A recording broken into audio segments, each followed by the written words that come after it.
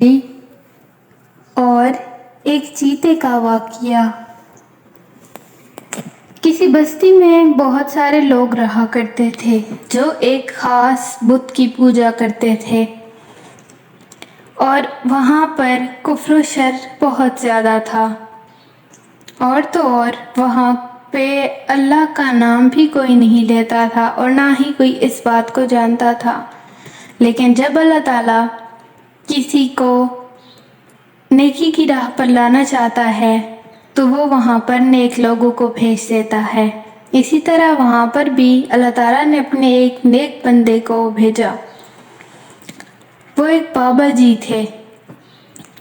انہوں نے اسی گاؤں میں ڈیرا لگا لیا اور وہیں بیٹھ کر اپنی عبادت کیا کرتے تھے۔ وہاں کے لوگ بہت گھمنڈی تھے۔ وہ جب بابا جی کو اس طرح عبادت کرتے دیکھتے اور اتنے لمبے لمبے سجدوں میں دیکھتے تو وہ آپ سے پوچھتے تھے کہ آپ کس کی عبادت کرتے ہیں؟ تو بابا جی کہتے میں ایک اللہ کی عبادت کرتا ہوں جو اس کائنات کا خالق و مالک ہے۔ تم لوگ جس کی پوجا کرتے ہو یہ تمہارے کسی کام نہیں آئے گا۔ ابھی بھی وقت ہے، سدھر جاؤ۔ جو کچھ تم لوگ جمع کر رہے ہو یہ اپنے ساتھ نہیں لے کر جاؤ گے۔ یہ لالچ، یہ غرور چھوڑ دو اور صرف ایک اللہ کی عبادت کرو۔ مگر وہ مغرور اور گھمنڈی لوگ بابا جی کی یہ بات نہ مانتے تھے، جس کا یہ نتیجہ نکلا کہ اللہ تعالیٰ کو ان کی یہ گستاخی، یہ نافرمانی بالکل پسند نہ آئی۔ پھر ایک دن گاؤں میں ایک نہایت ہی خطرناک، ایک خونخوار چیتا آ گیا جو بچوں کو اٹھا کر لے جانے لگا۔ ایک دن جب وہ ایک بچے کو اٹھا کر لے جا رہا تھا تو اس کی ماں رونے لگی اور اپنے بت کے سامنے سجدہ کر کے کہنے لگی کہ اے ہمارے خدا، میرے بچے کو بچا لیجیے۔ تبھی وہاں پر بابا جی آئے اور پوچھا کہ کیا ماجرا ہے؟ تو عورت نے انہیں ساری بات بتائی۔ تو بابا جی نے کہا کہ رکو، میں اس بچے کو بھی بچا کے لاتا ہوں۔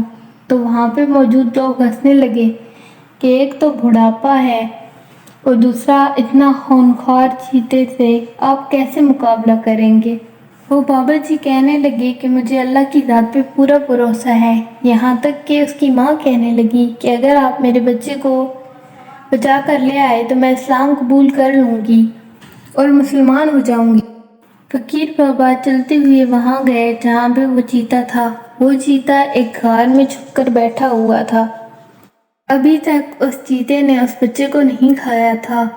جب آپ غار کے قریب پہنچے تو ہاتھ اٹھا کر دعا کی، اے میرے پیارے، تو ہی طاقت دینے والا ہے، ہمت دینے والا ہے، تو جو چاہے اپنے بندے سے کروا سکتا ہے۔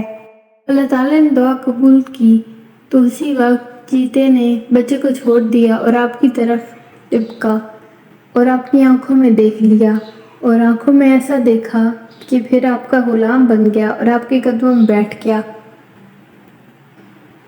وہ گھمنڈی لوگ سوچ رہے تھے کہ بابا جی بھی مر چکے ہوں گے اور بچہ بھی اب تک تو مر ہی چکا ہوگا، لیکن وہ لوگ حیران ہو گئے جب بابا جی صحیح سلامت اس بچے کے ساتھ آئے اور ان کے ساتھ چیتا بھی چلتا ہوا عاجزی کے ساتھ آ رہا تھا۔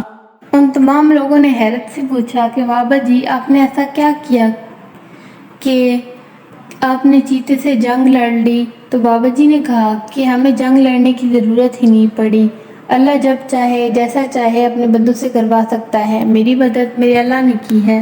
سن کر وہ تمام لوگ کہنے لگے کہ ہم مسلمان ہونا چاہتے ہیں، اور صرف ہم ہی نہیں پورا گاؤں اسلام قبول کرے گا۔